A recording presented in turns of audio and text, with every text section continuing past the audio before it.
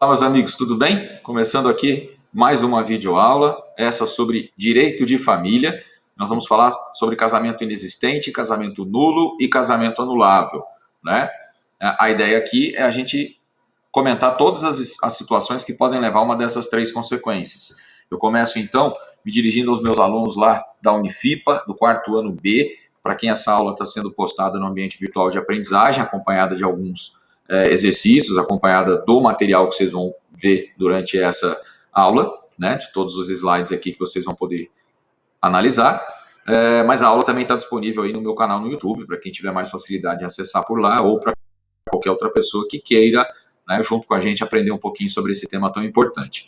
Bom, eu vou começar, gente, conceituando o casamento, e aí eu trago um conceito que é meu, conceito que eu faço aí de acordo com tudo aquilo que a gente encontra na doutrina, tentando resumir o máximo possível aquilo que é mais importante. Quando a gente estuda direito de família, estuda o conceito de casamento, a gente observa que esse conceito foi mudando com o passar dos anos, né? No direito tradicional, no direito civil antigo, o conceito era extenso, falava de uma série de coisas. Agora, me parece que a gente pode resumir esse conceito de maneira muito simples, dizendo que o casamento é a união legal entre duas pessoas com o objetivo de constituir família. E nesse conceito que está aparecendo na tela para vocês, aparecem as três coisas mais importantes da conceituação de casamento. Primeiro, é a união legal. Legal porque é a união feita de acordo com a lei. Na parte de baixo da tela vocês estão observando ali, ó, o casamento possui formalidades que são obrigatórias. O processo de habilitação para casamento, que é prévio, normalmente, né? A celebração religiosa com efeito civil ou civil e o registro. E exatamente aí, pessoal, é que reside a diferença entre casamento e união estável. Talvez a única que a gente tem hoje, né? Principalmente depois das decisões do Supremo aí, em termos de direitos sucessórios, né? Por quê? A diferença básica é que no casamento se exigem formalidades e na união estável, não. A união estável prescinde dessas mesmas formalidades que nós estamos falando aqui. E exatamente no momento da realização dessas formalidades que podem ser observadas as causas de nulidade ou anulação do casamento. Essas causas derivam, em primeiro lugar, dos chamados impedimentos, que estão no artigo 1521, né, que se dividem em três tipos. Impedimento de parentesco, aquele que leva em consideração o parentesco próximo entre os dois pretendentes, para dizer que eles não podem contrair casamento um com o outro. Um exemplo só que a gente vai dar aqui são dos ascendentes com os descendentes, aí não interessa o grau e nem, né, a linha, se ela é descendente ou se ela é ascendente. Em linha reta, os parentes não podem contrair casamento, né? E qual é a justificativa disso? São duas, né? A primeira justificativa é do ponto de vista social. Há, evidentemente, uma repulsa social para relacionamentos amorosos dessa feita. E, em segundo lugar, nós temos também a justificativa do ponto de vista biológico, né? Já que essas duas pessoas têm DNAs muito parecidos, material genético muito parecido, isso poderia levar a descendentes com problemas graves, né? E para tentar evitar esse tipo de coisa também temos então essa regra que, se o casamento for celebrado, habilitado e registrado em despeito de uma regra dessa, esse casamento é considerado nulo, como a gente vai ver.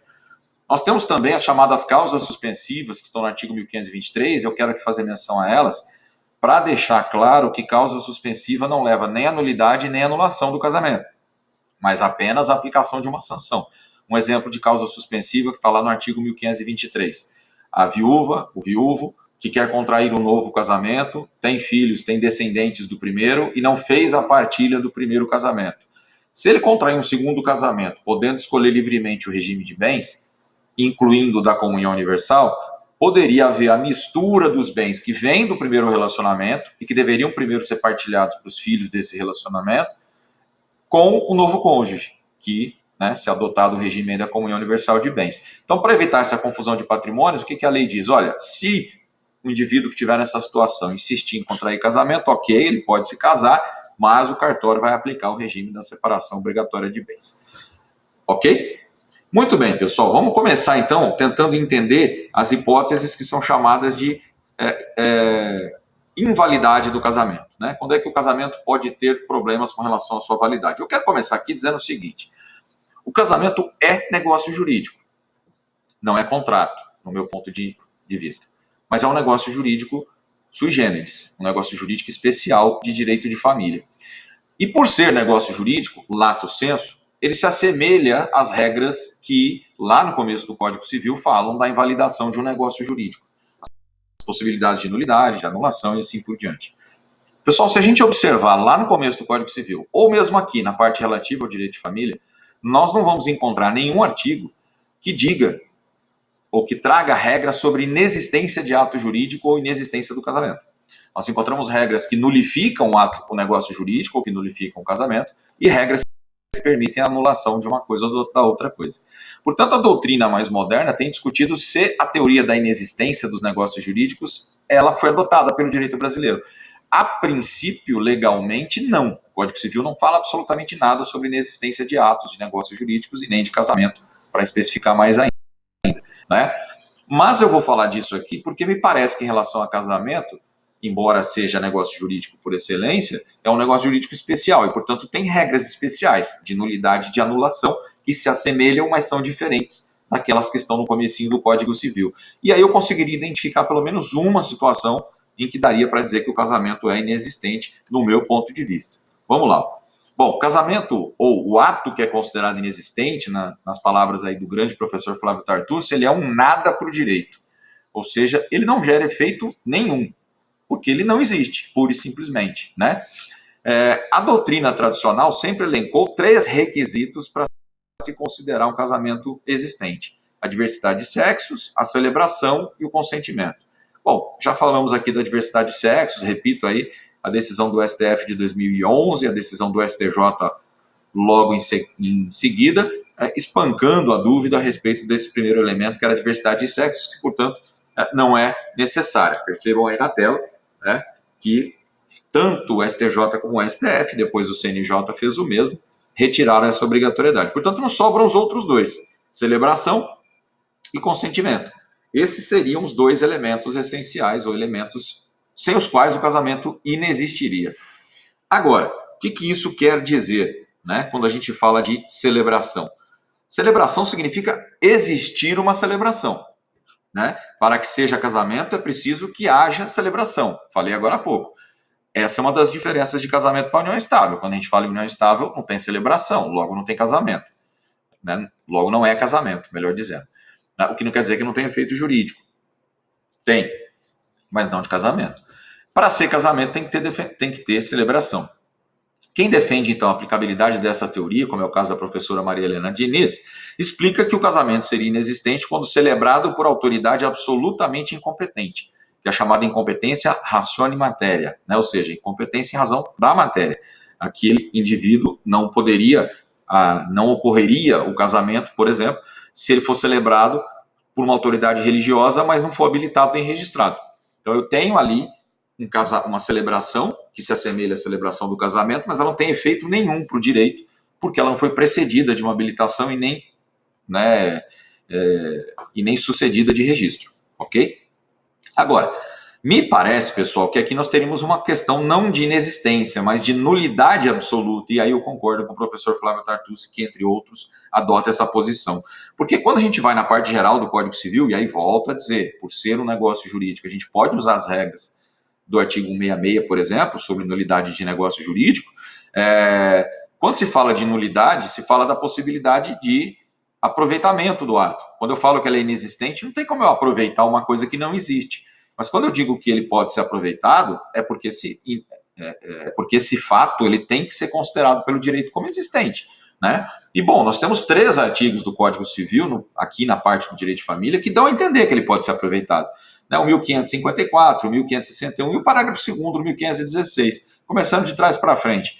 O parágrafo 2º do 1516 diz que se eu não habilitar o casamento no cartório de registro civil, celebrar o casamento na igreja e depois habilitar o casamento no cartório, eu posso aproveitar a celebração que eu fiz lá atrás, sem necessidade de fazer outra celebração, né? Ora, então aquilo que, para quem defende a teoria do casamento inexistente, era um nada para o direito, depois passaria a ser, claro, sendo registrado corretamente, sendo habilitado e registrado. Mas se fosse um nada, não poderia ser aproveitado. Outro exemplo, que é o que diz o 1554, ele fala que pode-se convalidar o casamento celebrado por autoridade absolutamente incompetente. Então, quer dizer, o próprio Código diz da possibilidade de convalidação se sobrevier convivência entre esse casal e se esse casamento for registrado no registro civil, né? Então, quer dizer, nós temos no próprio código a possibilidade de, mesmo não tendo celebração na forma prevista em lei, haver casamento. Eu acho que aqui, pessoal, na realidade, quando se diz que a celebração é um ato, é uma questão de existência do casamento, é para compará-la com a união estável. Não quando eu tenho uma celebração deficiente, mas quando eu não tenho celebração nenhuma, é que eu não posso falar em casamento. Só que se eu tenho uma celebração feita por autoridade incompetente, seja lá qual for a razão, há no Código Civil fundamento suficiente para dizer que ela pode ser aproveitada a posteriori. Portanto, não tem muita lógica aí chamar de casamento inexistente uma celebração que seja feita por autoridade incompetente. Diria aí, então, que a existência de uma celebração é requisito para o casamento, mas não necessariamente essa celebração ser feita da maneira correta, porque ela pode ser aproveitada em determinadas hipóteses.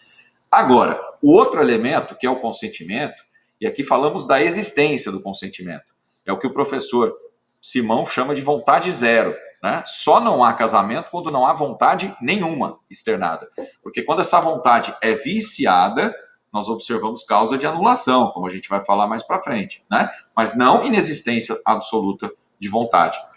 Quando é que haveria absoluta ausência de vontade? E aí sim dá para falar de casamento inexistente. No caso da coação física, né?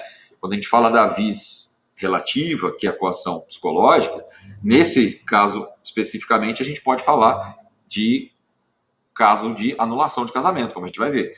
Mas quando não há vontade nenhuma, por exemplo, porque a pessoa, quando se casou, estava sedada, drogada, hipnotizada, ela estava, naquele momento, ela não manifestou vontade conscientemente, né? Logo, não há vontade nenhuma. Então, aí, ainda que seja uma hipótese extremamente rara, dá para se falar de casamento inexistente. Acho que essa seria a única hipótese, me parece muito clara aí, quanto à celebração. Eu disse que só seria inexistente se eu não tiver celebração, e quanto ao consentimento, a mesma coisa. Só se eu não tiver vontade nenhuma externada, é que não tem casamento, né? Então, vamos voltar a falar um pouquinho dessa parte da vontade não externada, para falar especificamente de um outro caso. Mas vamos agora observar, então, as hipóteses de nulidade do casamento. Também a gente vai passar por elas muito rapidamente, porque eu já disse aqui. Quando é que o casamento é nulo? Quando ele for realizado com infringência de impedimento. As regras do artigo 1521, se você infringiu o impedimento, artigo 1548, inciso 2, o casamento é nulo. E aí cabe a propositura da ação declaratória de nulidade absoluta. Gente, é bom lembrar que quando a gente fala de nulidade é uma questão de ordem pública. Isso quer dizer que qualquer pessoa pode promover essa ação, inclusive o Ministério Público, né, como está aí no artigo 1549 do Código Civil. E qual o efeito da sentença que declarar um casamento nulo? Ele é retroativo à data da celebração, tem que se apagar todos os efeitos do casamento, efeitos ex tunc. Vamos tentar lembrar, para vocês não esquecerem mais, a diferença do como é que eu faço para guardar o que quer dizer ex tunc e ex nunc. Presta atenção, ó. Ex tunc tem uma letra T, né? Essa T significa trás, para trás. Volta para trás. Se volta, né? Se vai para trás, melhor dizendo, a gente tem ex tunc. E o nunc tem uma letra N, né? Lembre, não retroage, não volta. Por isso, N no começo. Então, quando eu falo aqui que é ex tunc, significa que volta, vai para trás, né? É claro, sem prejudicar os direitos adquiridos por terceiros de boa fé. Por exemplo, imaginemos que duas pessoas tenham contraído casamento, pessoal, e comprado um imóvel durante esse casamento. Eles vendem este imóvel como casados a um terceiro. A e B, casados, vendem o imóvel para C. Digamos que A e B depois tenham o seu casamento declarado nulo. Evidentemente que isso não afeta a venda do imóvel que foi feita para C, adquirente de boa fé, né? Porque, em tese, se eu falo em nulidade, falo em retroação de efeitos, eles não podiam ter comprado aquilo como casados, aquele imóvel não poderia ter sido vendido. Mas não é o caso, né? Porque se a gente fizesse a retroação, né, dissesse vamos apagar todos os efeitos, o que aconteceria? Esse imóvel foi comprado, ele deveria voltar para o antigo dono, que depois poderia ter vendido para essas mesmas duas pessoas, se elas não fossem casadas como condôminos, esses dois como condôminos poderiam ter vendido esse imóvel para o adquirente. Então você retornaria uma situação que facilmente poderia voltar a ser realizada. Não faz sentido fazer isso retroagir, né? Por isso que o código tem essa ressalva aí, como vocês viram, de atos onerosos praticados com terceiros de boa fé. Vamos então àquilo que é o cerne da aula de hoje, que são as situações de anulabilidade do casamento. Quais são as hipóteses previstas para anular um casamento? Bom, primeiro, essas hipóteses estão no artigo 1550 do Código Civil e elas são consideradas, ou essa relação é considerada taxativa, tá? É uma decisão do Tribunal de Justiça aqui de São Paulo dizendo isso, né? Isso quer dizer, só é possível anular o casamento com base nas hipóteses previstas em lei. Não é possível fazer isso com base em outra hipótese eventualmente criada. Ela tem que se encaixar, né, que subsumir em uma das hipóteses previstas no 1550. Vamos a elas, então. Primeiro, é anulável o casamento contraído porque não completou a idade mínima. E aqui é bem curioso essa regra, né? Ela é bem curiosa. A idade mínima é 16 anos, né? Essa é a idade núbil, diz a lei, a idade a partir da qual se pode contrair casamento. É bom lembrar que no ano de 2019, o artigo que fala disso, o 1552, né, ele foi alterado para impedir as exceções que antes acabavam permitindo o casamento por menores de 16 anos. Quer dizer, havia exceções, na verdade uma só, porque as demais eram vinculadas ao direito penal, já não existiam por si, né, uma vez que o direito penal já tinha sofrido modificações, retirando as hipóteses que eram previstas ali no Código Civil, como permitindo um casamento com um menor de 16, a título de exemplo, uma menor de 16 anos que fosse estuprada, se ela se casasse com o ofensor, isso permitia que a pena não fosse aplicada. Então, se permitiu o casamento nessa situação para que a pena lá no campo criminal deixasse de ser aplicada. Só que isso desapareceu do direito criminal, né? Até porque era uma coisa muito ilógica, né? Beneficiava o infrator, vamos dizer assim, o infrator grave nesse caso, né? Então essa regra no direito penal foi retirada quando o crime, né, o artigo relativo ao crime foi alterado, de estupro, essa hipótese foi retirada. E sendo retirada, aliás, não só foi retirada, como a questão piorou, né? Porque se agravou a pena, né, no chamado estupro de vulnerável. Então, essa hipótese foi retirada, assim como as outras que também existiam na mesma esfera, e de consequência não havia mais nenhum tipo de imposição de pena criminal que deixasse de acontecer pelo casamento do ofensor com a vítima, que era uma exceção. Agora, a segunda exceção, que continuava existindo, era da gravidez da menina, né? A menina grávida com menos de 16 anos podia casar. Era aí uma das duas exceções, lógico, com permissivo judicial. Mas isso caiu, né? Com essa alteração havida em 2019, não há mais nenhuma exceção para permitir o casamento para pessoas menores de 16. Só que o Código continua dizendo que esse casamento é anulável. Toda vez que eu digo que um ato é anulável, isso significa basicamente duas coisas. Que alguém precisa promover uma ação para anular e que tem prazo para fazer isso. E, evidentemente, se isso não for feito no prazo, esse ato será convalidado, ou seja, valerá para todo sempre. Bom, o Código vem agora e diz: o casamento entre pessoas menores de 16 anos não é admitido. Deveria se entender, bom, então agora é nulo o casamento entre menores de 16. Mas não é isso que está escrito no Código Civil. Esqueceram de alterar o resto do Código Civil quando fala de casamento entre menores de 16 anos, porque ele continua sendo considerado anulável no 1550, inciso 1, e continua existindo uma regra que permite a convalidação desse casamento, né, se houver coabitação entre as partes. Ou seja, ele é considerado, ele não pode ser realizado, mas se for também não é nulo, né? Uma coisa meio contraditória, mas ficou desse jeito. Então ele pode ser convalidado? Pode, porque lá no 1553 tem essa regra que eu acabei de dizer, que é a regra que permite a convalidação do casamento se houver coabitação. Como eu disse, é um contrassenso, porque a Lei 13.811 de 2019 proíbe casamento de pessoas que tenham menos de 16. Mas se ele acontecer, né, poderia se convalidar. Professor, como é que uma pessoa menor de 16 poderia se casar se a lei proíbe? Ora, falsificando documentos, por exemplo, né?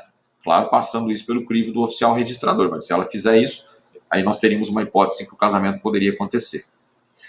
Segunda hipótese, ainda dentro das questões de idade, casamento contraído por menor entre 16 e 18, sem consentimento do representante legal.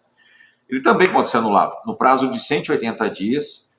Esses prazos, pessoal, tanto de cima quanto esse, eles se contam, em regra, a partir da celebração do casamento, menos em relação ao menor de idade. Se ele mesmo quiser anular o casamento, esse prazo só começa a contar quando ele completa 18, né? Porque, como a gente sabe, não correm prazos prescricionais contra menores de idade, está lá no comecinho do Código Civil.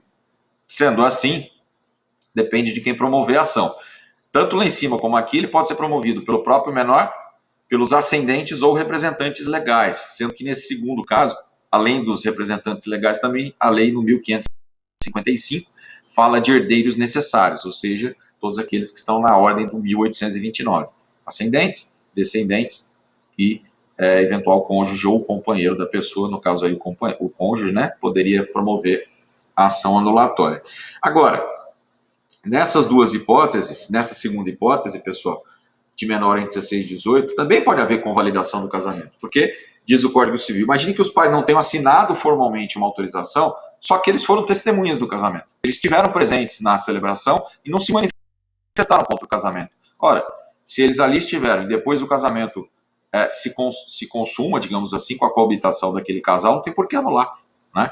Principalmente depois que eles completam 18 anos. Se eles estão coabitando desde os 16, tem 18, e não há, o casamento continua, os pais participaram da celebração e nada opuseram, né? Eles perdem o direito, então, ou deixariam de ter a possibilidade de anular, por se considerar que, nesse caso, ele poderia ser convalidado e, portanto, poderia continuar valendo, ok? Terceira hipótese de anulação do casamento, tá aí, ó, casamento celebrado sob coação moral, né? Que não é a vis absoluta lá de trás, é a vis relativa. Lembro, coação física, vis absoluta, é causa de nulidade. Coação moral, vis relativa, causa de anulabilidade, anulação do casamento. Artigo 1550, inciso 3. O que é que diz? O que significa coação moral? A gente encontra isso no 1558. É quando o casamento for contraído sob fundado temor de mal considerável e iminente para a vida, saúde e honra do próprio indivíduo que se casa, sob coação, ou dos seus familiares. Observa que aqui, pessoal, nós temos duas diferenças entre a coação para anulação de um ato jurídico, lá no começo do Código Civil, de um negócio jurídico, e a coação para anulação de casamento. Primeiro, a diferença é que na anulação do negócio jurídico em si, a contagem do prazo é só de quando cessa a coação. O prazo é o mesmo, 4 anos, lá e cá, para anular, no caso aqui, para anular o casamento. Mas para anular um negócio jurídico, ele não se conta da data do negócio jurídico, mas sim de quando a coação deixou de existir. Já para se anular um casamento, os 4 anos que estão aí na tela se contam a partir da celebração do casamento, e não de quando cessa a coação. Se subentende, o legislador quis assim dizer, que se o casamento aconteceu é porque a coação deixou de existir. A coação era para casar. Se casou, já não está mais existindo coação. Então essa é a primeira diferença. A segunda é que lá no comecinho, o Código Civil, quando fala de coação, ele permite a anulação do negócio jurídico, mesmo que a coação não seja exercida contra pessoas da família do indivíduo, né? O mal iminente não seja dirigido à pessoa da família, que o juiz pode interpretar também ter havido coação. Isso não está escrito na parte do Código Civil aqui relativa ao casamento, não está no 1558. Mas mesmo assim a doutrina tem entendido de maneira aí, podemos dizer, majoritária, que pode o juiz também anular o casamento, mesmo que esse fundado temor, esse mal considerável não seja dirigido a um familiar do indivíduo, mas a alguém que tem com ele um relacionamento tão ou mais próximo que um familiar. A gente sempre costuma dizer assim, tem muito familiar que a gente sequer tem contato, sequer sabe o nome, mas nós temos muitas vezes amigos com os quais temos um relacionamento muito mais profundo do que com um familiar. E por que se for contra este amigo, o fundado temor, se alguém ameaça de morte um amigo meu muito próximo, me forçando a contrair um casamento, por que é que eu não posso anular o casamento porque ele não é meu parente, e posso se fosse um parente com o qual não tem contato nenhum? Me parece que não há lógica na regra, daí a interpretação de que também se aplicaria essa exceção lá do começo, ou seja, possibilidade de dirigir a anulação do casamento, mesmo que o fundado temor não seja de mal considerável, não seja dirigido a familiar do indivíduo que se casou, mas a alguém próximo a ele, mais ou tão próximo quanto um familiar, ok? Seguindo, também, e aqui vamos enfrentar várias possibilidades. Casamento celebrado havendo erro essencial quanto à pessoa do outro cônjuge. Muito importante essa parte, erro essencial. E vejam que eu aqui separo, como o código faz, né? São 3 situações, e em cada uma delas eu grifei as palavras mais importantes, que estão em vermelho. Primeiro, o que é erro essencial? De novo, a gente faz o paralelo entre negócio jurídico, em geral, lá atrás, e faz o paralelo entre o que a gente está falando aqui agora, que é casamento. Há o conceito de erro essencial para anular negócio jurídico, que difere um pouquinho do conceito aqui para anular casamento. Para anular casamento, o legislador elegeu 3 hipóteses distintas. A primeira fala de identidade, honra e boa fama do cônjuge, que é desconhecida do outro quando ele contrai o casamento, e que se ele descobre isso a posteriori e o conhecimento dessa situação torna insuportável a vida conjugal, é possível anular o casamento. Claro, desde que isso ocorra dentro de um determinado prazo, como vocês estão vendo aí, né? O prazo é de 3 anos para anular o casamento em caso de erro. Sempre 3 anos contados da data da celebração. É bom lembrar, não confundam, né, a data da celebração com a do registro. Quando a celebração é feita fora do cartório, ela não necessariamente é feita no mesmo dia do registro, né? E aí nós devemos sempre levar em consideração a data da celebração, não a data do registro. Quando pegar a certidão de casamento, tem que analisar a data da celebração, em detrimento da do registro. É da data da celebração que a gente vai contar o prazo. Nesse caso aqui, gente, todos os prazos são decadenciais, tá? Não são prescricionais. São decadenciais. O indivíduo não pode propor nenhuma ação, ele perde o direito de questionar a validade daquele casamento de qualquer forma, tá? Bom, mas, gente, o que quer dizer? Identidade, honra e boa fama. Primeiro, tem que ser uma coisa grave, porque vai tornar insuportável a vida em comum depois do casamento. Então, primeiro requisito, eu não sabia daquilo antes de casar. Segundo, descobri depois do casamento. Terceiro, a vida em comum passou a ficar insuportável. Exemplos de situações. Entra aqui, por exemplo, gente, a possibilidade de você descobrir que a pessoa com quem você se casou é um transexual. Digamos que você não tem essa informação antes, né? Ou seja, você não sabia, antes de se casar, que aquela pessoa tinha passado por uma cirurgia de transgenitalização e que tinha feito a retificação com a mudança do seu nome e gênero no seu registro de nascimento. E realmente é possível que não saiba, né? Até porque o acesso a esse registro ele não é público, né? Essas informações dessas alterações todas, elas não vão constar na certidão do indivíduo, na certidão de breve relatório, né? Que é aquela que ele tem que apresentar na habilitação do seu casamento. Então, se este cônjuge, esse indivíduo, não conta para o outro essa situação, e o outro descobre após o casamento, e para ele isto é algo que torna insuportável a continuidade do casamento, isto é motivo para anular o casamento com base nesse inciso que aí está. Tem muita gente que vem discutindo, dizendo, não, mas isso seria discriminatório, né? Com todo respeito a quem entende dessa maneira, não me parece que aqui haja discriminação, porque a gente aqui não tem que pensar pelo lado da pessoa que é transexual, mas sim pelo lado da outra parte. Por quê? Porque o que o tipo legal exige aí? Que torne suportável, que o conhecimento desse fato torne suportável a vida em comum a partir daquele momento que ele toma conhecimento disso. Ou seja, eu tenho que analisar como está se sentindo a pessoa que não é o transexual e que descobriu que o seu cônjuge é transexual, né? O fato de ser transexual leva à anulação de casamento? Não. O que pode levar à anulação do casamento é o outro indivíduo não saber disso antes de casar, descobrir depois e não conseguir mais continuar casado com aquela pessoa. Entender que aquilo não pode levar à continuidade do casamento. Por quê? Porque, por exemplo, a pessoa sonhava em ter filhos biológicos, e aí ao descobrir isso, não vai mais poder ter filhos biológicos. Não estou aqui nem falando do indivíduo imaginar qualquer tipo de exposição vexatória, não, que aí sim seria discriminatório, ele alegar só isso, né? Mas dizer, olha, eu tinha um sonho de ter filhos e tal, eu sei que eu não vou poder ter biológicos, né, com a outra parte, porque ela é uma pessoa que passou por cirurgia de transexualização, de transgenitalização, e, de consequência, não pode gerar um filho, né? Seria uma hipótese, então, do erro quanto à identidade da outra pessoa. Ou quando a outra pessoa falsifica seus documentos, se fazendo passar por alguém que não é. Já vimos muitos casos, gente, indivíduo aplicando golpe na praça como se fosse um empresário bem-sucedido, uma pessoa rica. Aí ele contrai o casamento para quê? Para conseguir tirar tudo que a outra pessoa tem. Ora, descobrindo isso depois, ela anula o casamento. Qual é a vantagem de anular o casamento e não pedir divórcio?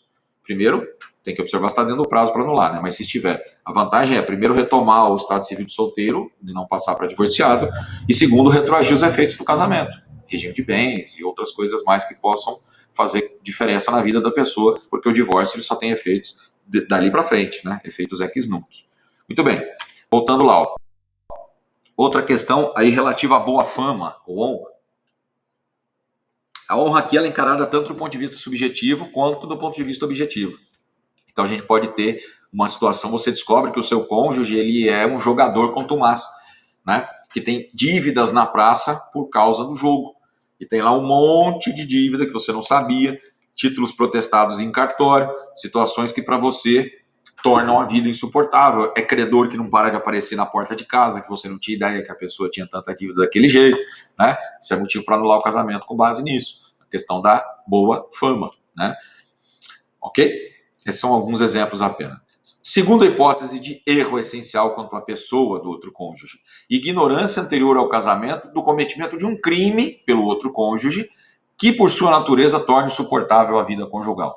De novo, é só porque o outro cônjuge cometeu um crime antes de casar que eu posso anular o casamento? Não.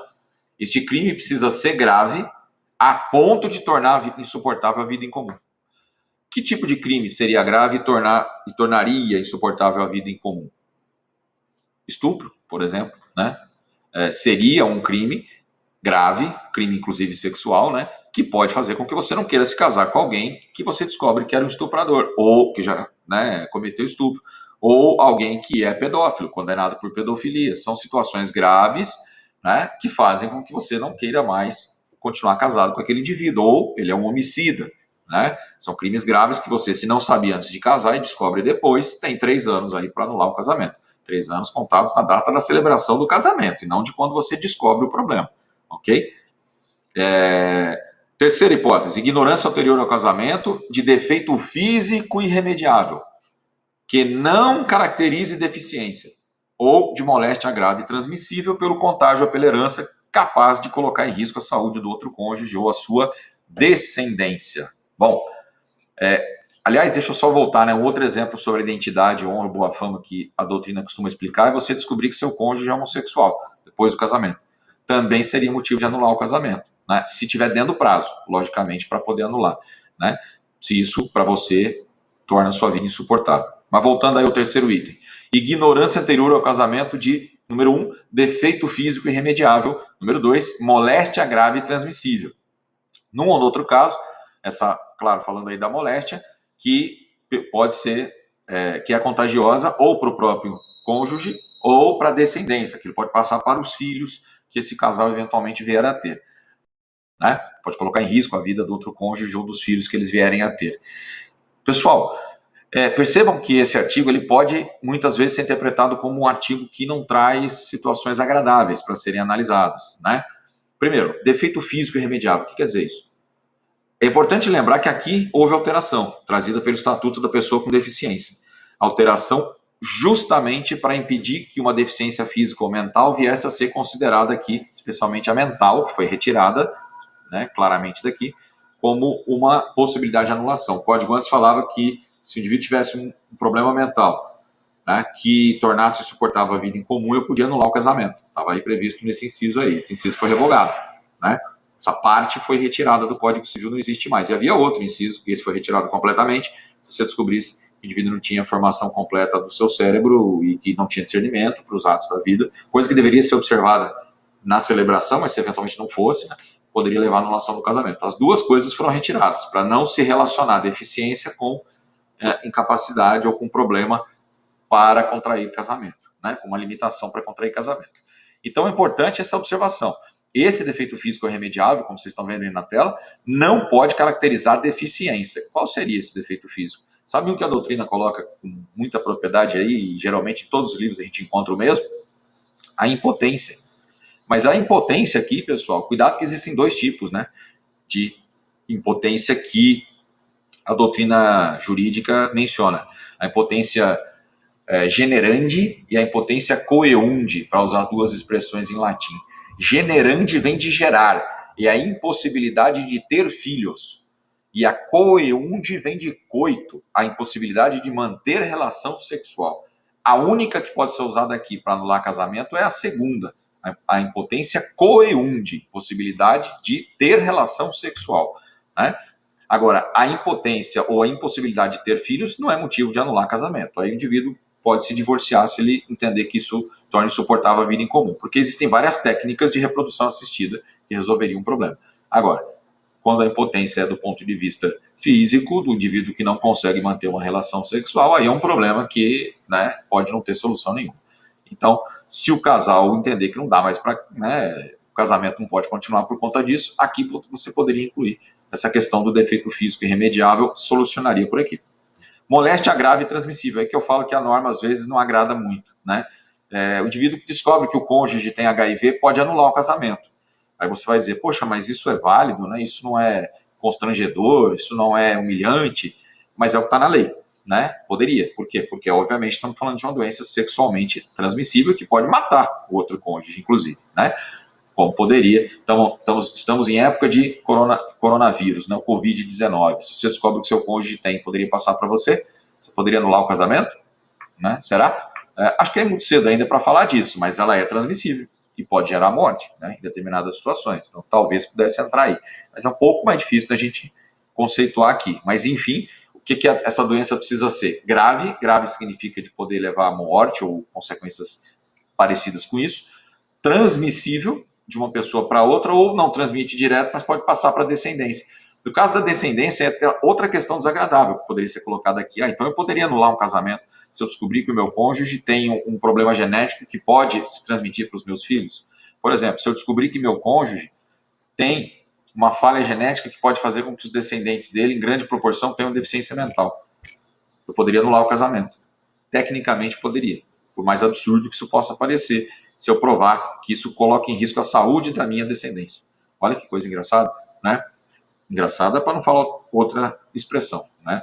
Mas está aí na lei. Em tese, é isso que poderia ocorrer, ok? Claro, pensando que fosse uma deficiência grave que não levaria à possibilidade de vida do feto, né? Como, por exemplo, a anencefalia, né?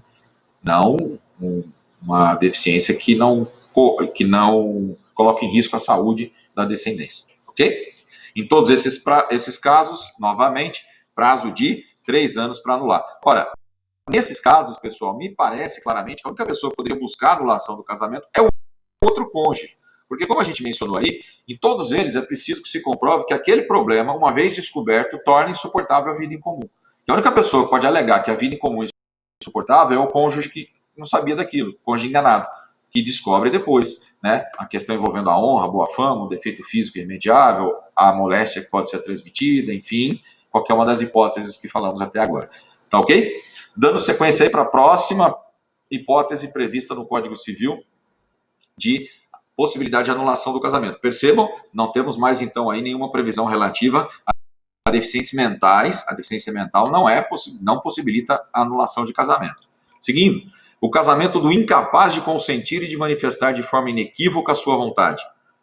E aqui a gente vai puxar o Código Civil lá no começo, né, no artigo 4º. Quais as pessoas que podem ter a sua capacidade de manifestação de vontade limitada? Os ébrios habituais, os viciados em tóxicos e aqueles que, por causa transitória ou permanente, não conseguirem exprimir vontade. Mas, de novo, aqui o legislador faz uma coisa curiosa, né?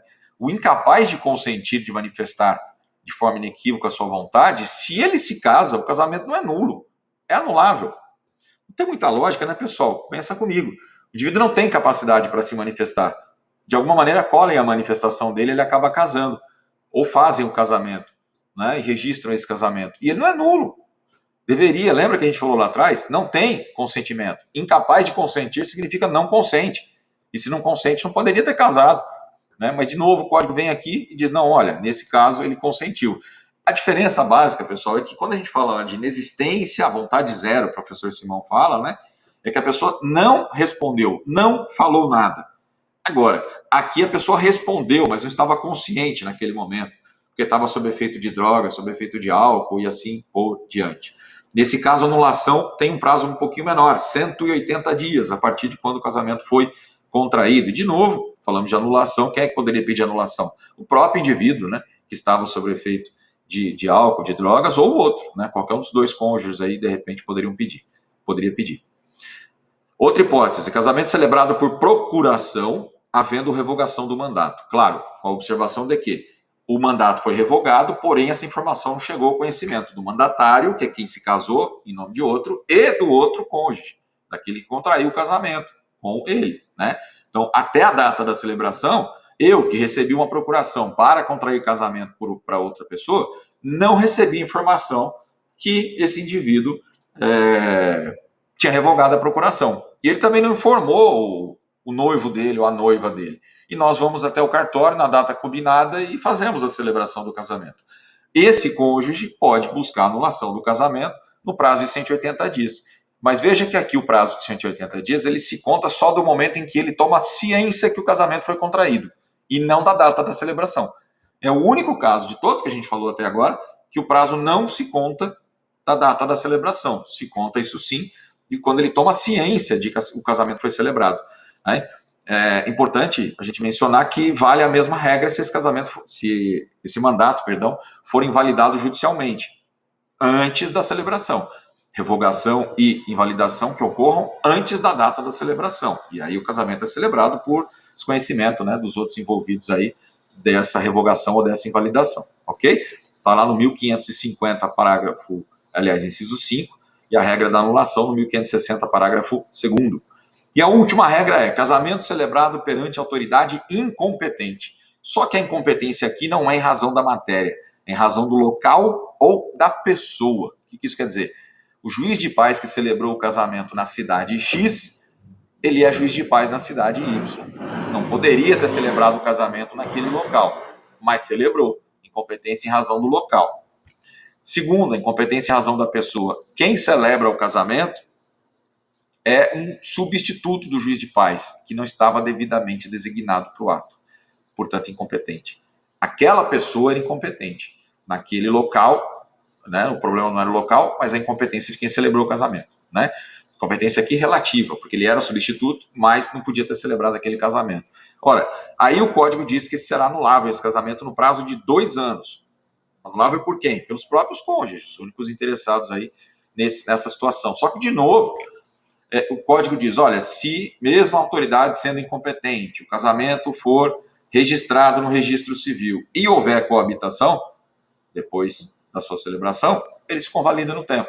Sabe por quê, gente? Porque o mais importante, em todos os casos que a gente falou, todos permitem convalidação. Embora o mais estranho deles seja o relativo ao menor de 16 anos. Mas, em tese, ele também permite. E permite por quê? Porque o mais importante para o legislador, isso está lá na Constituição Federal, no 236, o mais importante é a família. O mais importante é que a família exista. E se eu tenho uma família que é estável, uma família que tem uma estabilidade, é preferível manter a família do que se vincular a formalidades específicas que tenham sido desrespeitadas.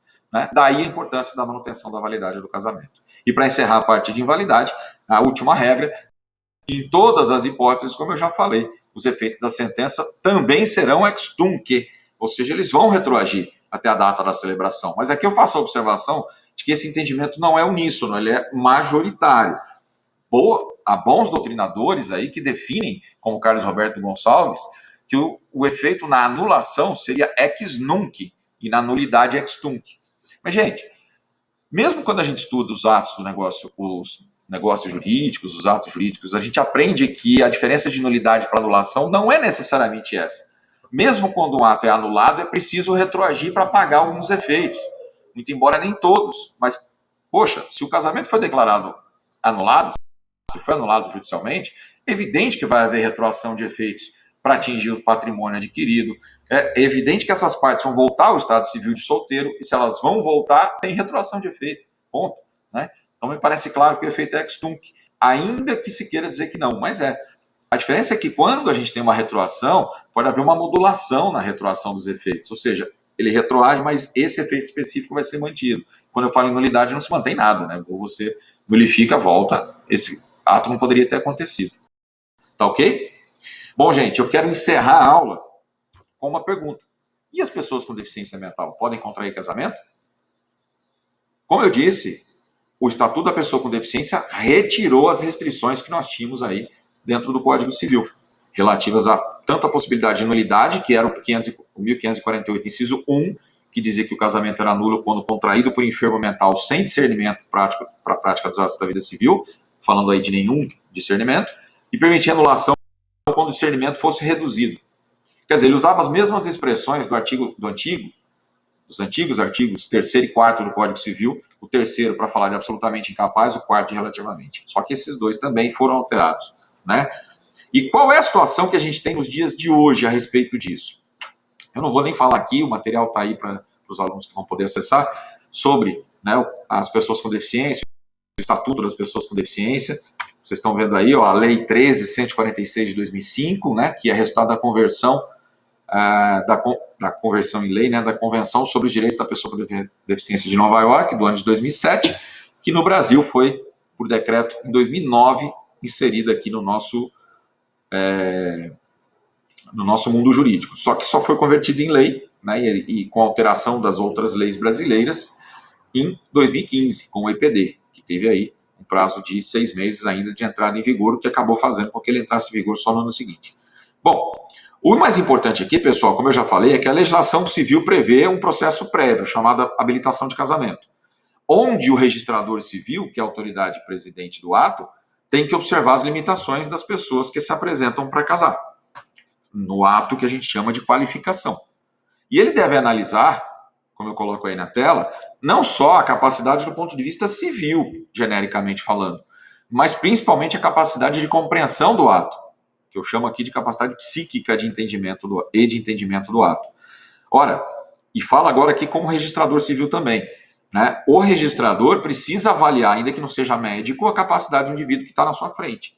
Capacidade para a prática do ato, não a capacidade necessariamente civil apenas, que ele vai analisar documentalmente, a capacidade civil, né? Mas para a prática do ato ele tem que analisar do ponto de vista prático. Olha o exemplo que eu coloco aqui, ó. Imagine que se apresente no cartório uma pessoa com transtorno do espectro do autismo de nível 3, que é o nível mais alto, nível grave, que faz com que o indivíduo não se comunique verbalmente, né, e nem de forma não verbal, e não tenha interação social, tem dificuldade de interação social. Ou seja, essa pessoa não vai conseguir dizer se ela quer se casar. O registrador poderia colher a vontade de quem acompanha esse indivíduo, sem ouvir o próprio indivíduo? Gente, olha o que colocaram no parágrafo 2º do artigo 1550. Olha aqui em cima, que eu coloquei ali para vocês, ó.